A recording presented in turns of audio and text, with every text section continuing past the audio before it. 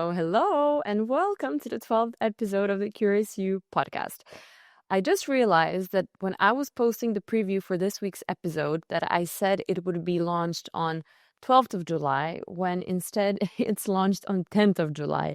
I'm so sorry for mixing up the dates, but the Curious You episodes are live every Thursday morning at 9 a.m. Central European time. So that is a standard. And as of next week, I will try to get the date right. So I hope you've had a wonderful week. I for sure have. So much has been happening lately behind the scenes that before starting this episode, I wanted to quickly update you on a couple of things. The reason why I chose the topic of today's episode is because it's something that I've been working on myself, something that has been a center, a turning wheel for everything that's been happening recently. And I didn't want to do this episode until I really tested how it works on me, until I really saw results, and until I really went through with applying everything that I'm talking about in my own life. And as you know, this journey has not been easy. The journey of self-growth, of starting a business, becoming an entrepreneur, showing your face on Instagram, talking about things that you really care about, it's not easy. It's something that requires you to quite literally grow little by little every day. It requires of you to have faith and confidence in yourself like nobody else can. It requires you to become your own best friend in the world, and it requires you to change the way you talk to yourself. It literally asks us to become more gentle, more kind, more connected, and more energetic. Because to do all of these things, it requires a lot of energy. And that's actually something that I've been working on in the past year, more or less. I think in the previous episodes, we touched upon bits and pieces of that, like starting the gym or being consistent with everything or really tuning in to see how we feel in order to know where we're going. So those were all bits and pieces of the bigger puzzle. But the truth of the matter is, if we want to change our lives, we need to change our energy first. And we live in a world where I feel like the majority of people think that how they think equals to how they feel, and how they feel equals to the actions they take. But in reality, it's quite the opposite. The truth of the matter is, how you feel does not necessarily have to be related with the actions you take, because you are able to change how you feel. I don't know if you've heard of a saying that motion creates emotion. And that is so true. And many athletes or actors or people that are highly successful, they know this and they implement it. I've read so many books or listened to so many interviews with top athletes, and they all say that before they go out into the field, they dance, they move their bodies, and they change their state of being. They increase their energy levels, which consequently changes how they feel, and this consequently changes the actions they take. And your whole life can change with that one simple routine. But of course, this is so much deeper than just saying change your energy, change your life. There's whole science behind it. There's a whole system behind really understanding how your energy works, where it comes from, and how you can utilize that as a human being. How can you yourself increase your energy and make sure it stays on the same level? And whenever it decreases, to have the right tools to increase your energy. Because once your energy is high, you become a magnetic person. You become a person that can literally change your life and the lives of people around you. And that is the secret behind those people that we all see that are highly successful, that are magnetic. They've worked on their energy. And this is what I've been working on in the past few months. I realized that a lot of things that were hiding in my subconsciousness were pulling me back, which was the reason why for the past 3 years I wanted to do so many things, but I just wasn't able to do any of it. Like every time I would start, I would stop. I would start, I would stop. And I just couldn't understand why am I stopping every time. And that feeling of stopping felt so familiar. It felt safe and cozy and nice. It felt nice to stop something that felt hard. Like I knew how to live my life through the lens of a Nina from the past. And that was a good feeling. But every time I try to escape that ordinary life, because I did have something in me that was screaming, you want more, you want more. But every time I would dip my toe into that water, I would pull back because my body was literally bringing me back to safety. My body was telling me no. But in order to win over my body, I had to understand what was pulling me back. I literally had to dig into my own subconsciousness and work on myself to figure out why I kept going back to the familiar part of myself. And after 1 year of actually researching that, of looking at myself, my actions, my wishes, my values, and the way I was treating and talking to myself, I can finally say that I figured it out and I know what was stopping me.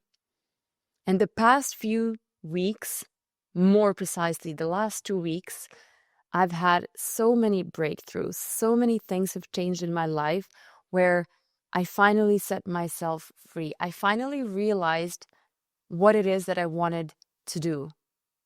I knew that in the back of my head even before, but the last 2 weeks were decisive in figuring out that I can do it. Telling my subconscious self, you can do it, and my subconscious self actually believing it. It wasn't about acting from the rational part of my brain, which will always say you can do it. The ego will say, are you sure? And in this episode, we are going to dig in to the parts of your brain so we figure out how those parts of your brain work, where your energy is stored, and how you can utilize that, how you can become a person with high energy.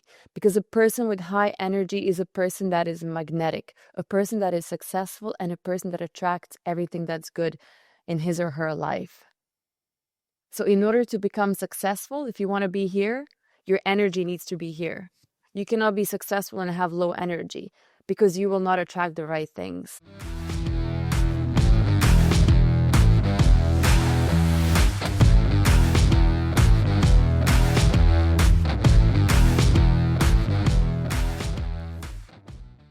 Okay, so we will begin with the conscious mind. That is the first and the most frontal part of our brain. The conscious mind is also called the thinker.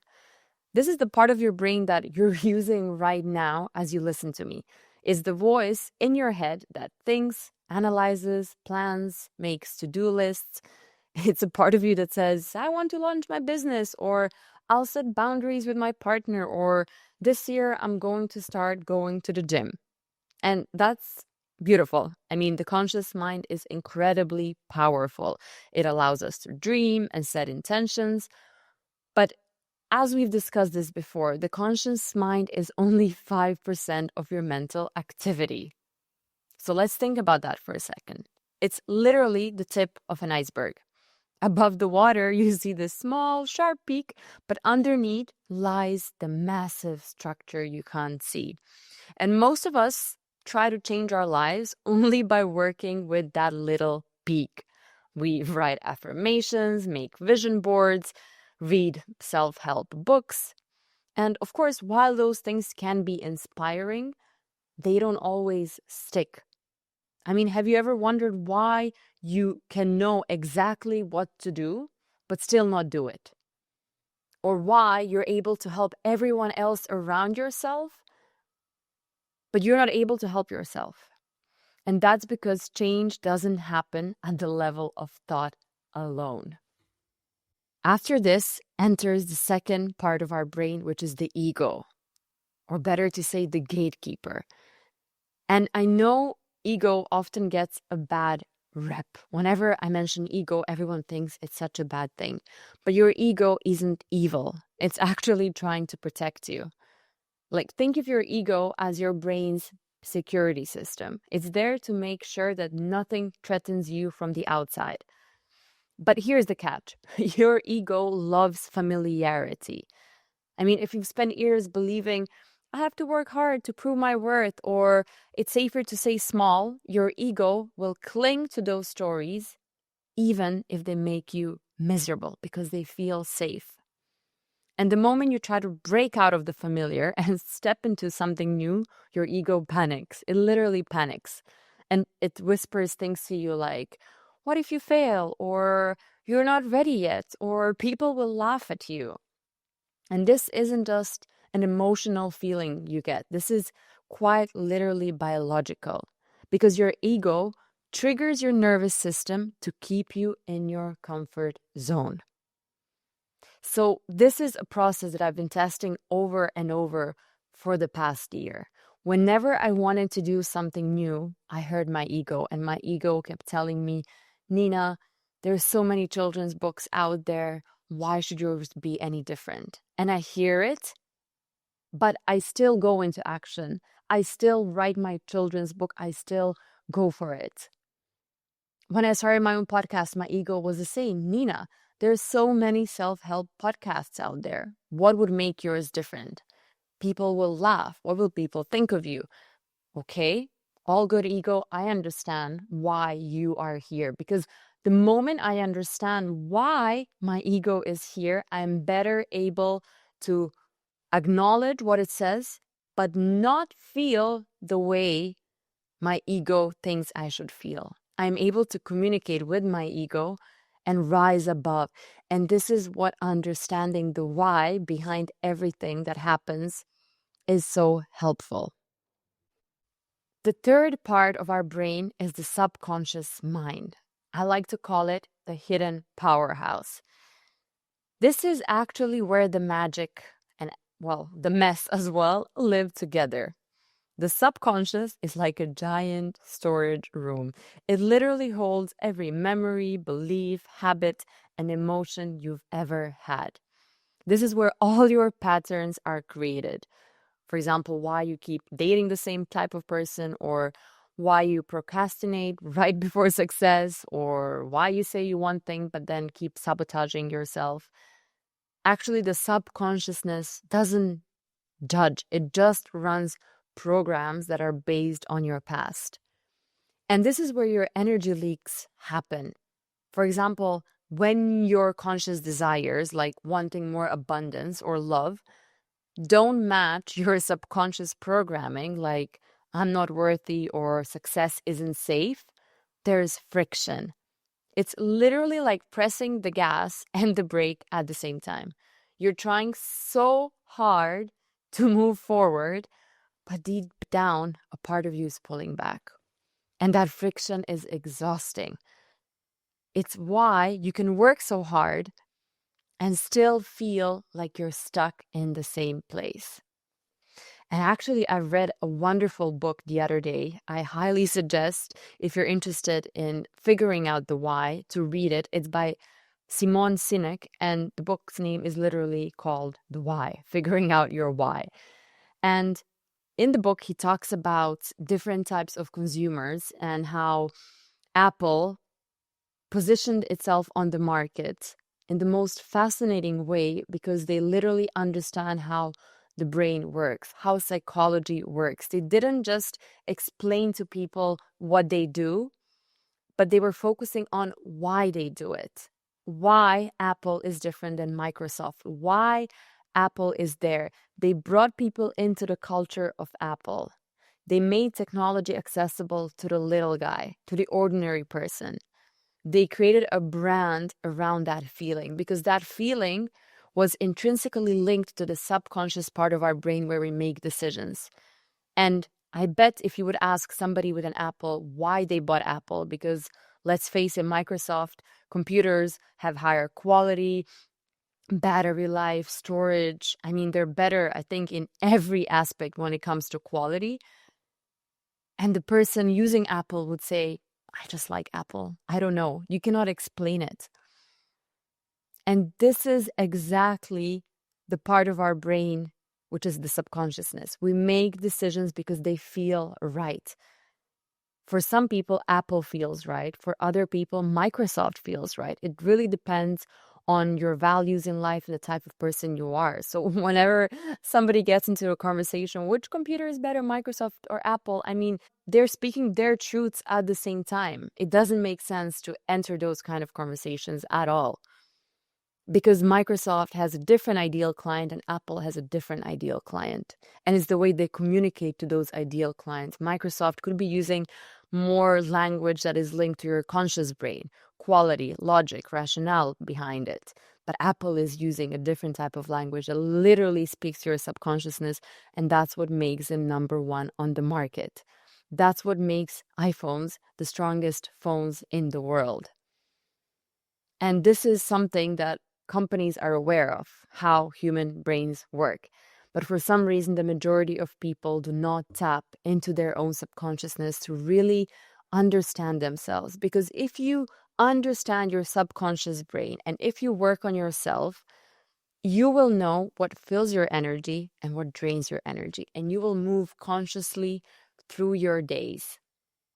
So, for example, I know you're probably asking yourself now, how do I get into that part of my brain? And the reality is, you can't think your way into the subconscious. You have to feel your way in. And that's why so many women are drawn to tools like, I don't know, meditation and breath work, which calms the ego to actually hear the subconsciousness. Then we also have astrology and numerology, which are symbolic systems that actually help uncover the hidden patterns. There's also, I don't know, hypnotherapy or journaling, which are also ways to reprogram limiting beliefs. It really depends on what's calling you.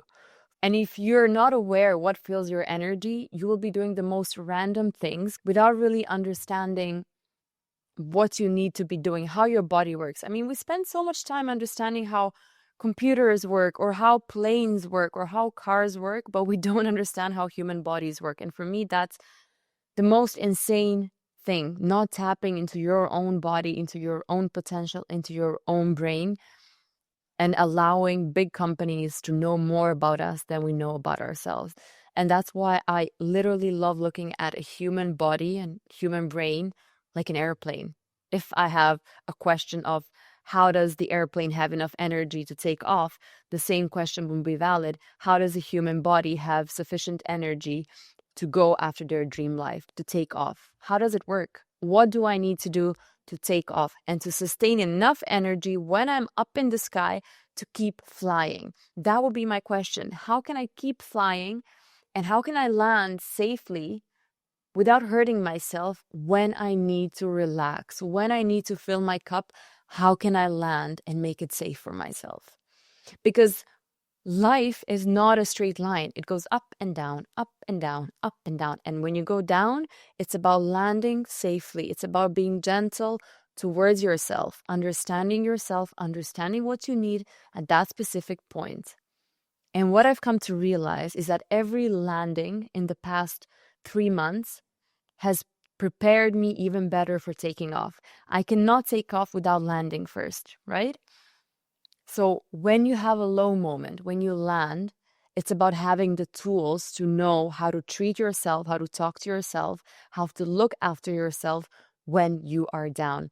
And recently, my down moments were my best moments, were the moments of big discoveries, moments when I reconnected with myself and when I could take off even stronger. And this is where the game changes, because your body does not dictate how you feel anymore, but you know how you want to feel, and you know how to get there because you understand your subconscious brain. You're able to zoom out of the current day, the current feelings, the current events, what people say, all of that noise, and you're able to connect with something bigger than that and trust your vision. Hold your vision strongly because nothing else matters. And that is not only the recipe for success, that is the recipe for staying joyful, healthy, happy while going after success. Because I don't want any kind of success for myself or for you. I want you to get there, not by hustling, but by understanding how your body works, what your needs are, what gives you energy, what takes away your energy, and acting upon that. Not just going for it blindly, but feeling every moment, because that's when great things happen for your life. Success is great, but if you don't have your mental health, it will literally bring you nothing in your life. And that is why we are here talking about things that matter. Because I always ask the question, why? I mean, the curious crew, the curious you, I think we understood where curiosity comes from. But for me, that's the most logical question. Why? Why do I need to work on myself? Why do I need to understand how my brain works? I get the answers. I understand. I'm going to go for it because it makes sense, right? So today, I really invite you to, first of all, acknowledge your subconsciousness, to really look back to those situations that you've been having recently that were pulling you back, to understand, first of all, it's not because you're the way you are. That's not true. Second of all, to understand that it has something to do with your past, with your beliefs, with the patterns, with your family. I really invite you to look into your past, to understand what could be pulling you back or sabotaging you from becoming the best version of yourself. What is that? What is that moment? And once you find out the moment, you can't change the moment, but you can change your perspective on how you look at that moment. You can go and say, I understand it now. As a little girl, I didn't understand it, but I see it differently now.